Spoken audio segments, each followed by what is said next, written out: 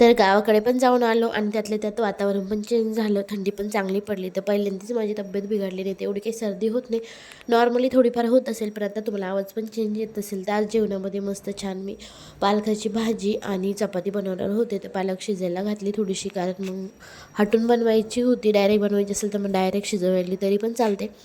छान इथं चपाती बनवून घेतली, त्यानंतर चहा केला आणि इथं मस्त पालकाची भाजी तयार आहे. ऑलरेडी याची रेसिपी मी तुमच्यासोबत शेअर केली आहे, तरी पण सांगते. पालक वगैरे छान शिजून घ्यायची, त्यानंतर बेसन पीठ टाकून थोडीशी हटून घ्यायची, लसूण आणि जिऱ्याची फोडणी द्यायची आणि मिक्सरमध्ये शेंगदाणे, हिरवी मिरची आणि लसूण बारीक करून छान पालक परतून झाल्यानंतर त्यामध्ये मसाला टाकायचा, चवीपुरतं मीठ टाकायचं आणि जेवढी तुम्हाला घट्ट पातळ पाहिजे तेवढी तुम्ही करू शकता. त्यानंतर इथं मी आज सगळे कपडे धुवून घेतलेले होते, जे की गावाकडून आणलेले होते सर्व काही, आणि खूप सारे यांचे सगळे कपडे, जवळपास 4 शर्ट 4 पॅन्ट तर सगळे धुवून काढले. त्यानंतर घड्या वगैरे घालून ठेवले, कारण प्रेस नंतर करणार आहे. तर कसं वाटलं आजचा व्हिडिओ?